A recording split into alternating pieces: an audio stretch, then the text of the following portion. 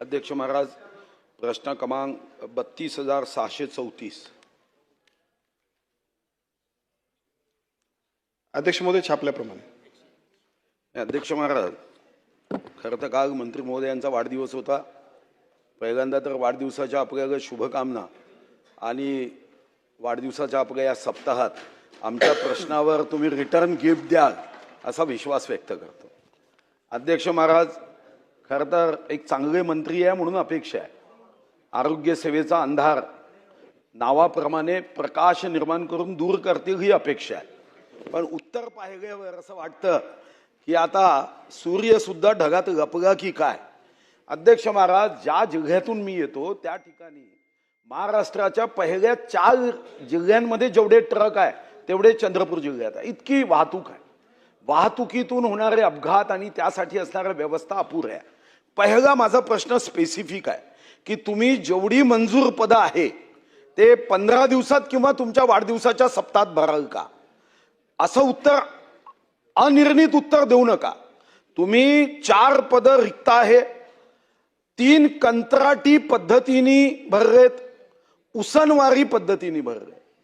हे आरोग्य सेवा, ही राजकीय सेवा नाही आहे। उसनवारी पद्धतीने पद भरायसाठी ही आरोग्य सेवा आहे। आणि म्हणून माझा स्पेसिफिक प्रश्न आहे की या प्रश्नाचं उत्तर समाधानकारक देऊन सर्व पद कुठूनही आणा तुम्ही, पण या 7 दिवसामध्ये भरावी।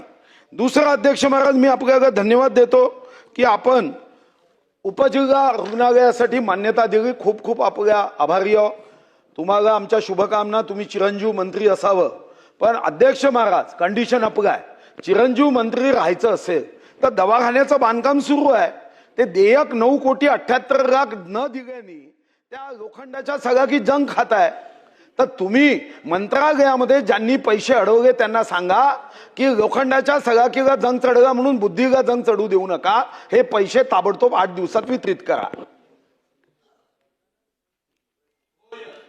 सन्मान्य अध्यक्ष महोदय, सन्मान्य सदस्य सुधीरभाऊ मुनगंटीवार साहेबांनी या ठिकाणी 2 प्रश्न विचारले की ज्याच्यामध्ये त्यांनी मूळ प्रश्नामध्ये जी काही एकूण रिक्त पद आहेत त्या रिक्त पदांबद्दल मोघम उत्तर देऊ नका, तर मोघम उत्तरापेक्षा आपण प्रत्यक्षात ती पदं कधी भरणार अशा पद्धतीचं उत्तर विचारलं। मला असं वाटतं की मला सांगायला निश्चितपणाने एक आनंद आहे की आपण ज्या पद्धतीनं 5,000 पदांची कालची मान्यता घेतली, स्पेशलिस्टची तरतूद आपण केली आहे, त्यामुळे मला असं वाटतं एक वेळ द्या आपली, या आठवड्याभरामध्ये सगळी पदं भरून देण्याची विशेषतः आपली, तर ती जबाबदारी माझी आहे, त्यामुळे मी करून घेईन।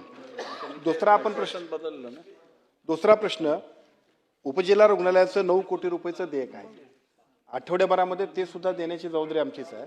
पण मी आपल्याला सांगतो की नाही, मी आपल्याला मुद्दाम सांगेन की विजय वडेट्टीवार साहेब, मी आपल्याला सांगतो की मधल्या टप्प्यामध्ये बांधकामांबद्दल सुद्धा जी काही खूपच बांधकामं वाढली होती, त्यामुळे सन्माननीय मुख्यमंत्र्यांनी अनावश्यक बांधकामाला स्टे दिला आणि जी आवश्यकता आहे तिथल्या आमदार महोदयांची मागणी आहे, अनेक वर्षाची गरज आहे, अशा सगळ्यांसाठी निधी आणि वेळेत पूर्ण करण्यासाठी 50%, 70%, 90% पूर्ण झालेल्या प्राधान्यक्रमानं आपण पैसे देतोय। त्यामुळे आपलं तर पूर्ण होईलच, पण सुधीरभाऊ मुनगंटीवार साहेबांच्या प्रश्नाच्या निमित्तानं माझी सगळ्या आमदार महोदयांना विनंती आहे, प्राधान्यक्रमानं सगळ्या मतदारसंघातल्या सगळ्या ज्या आस्थापना असतील त्या पूर्ण करण्यासाठी आपण प्रयत्न करतो।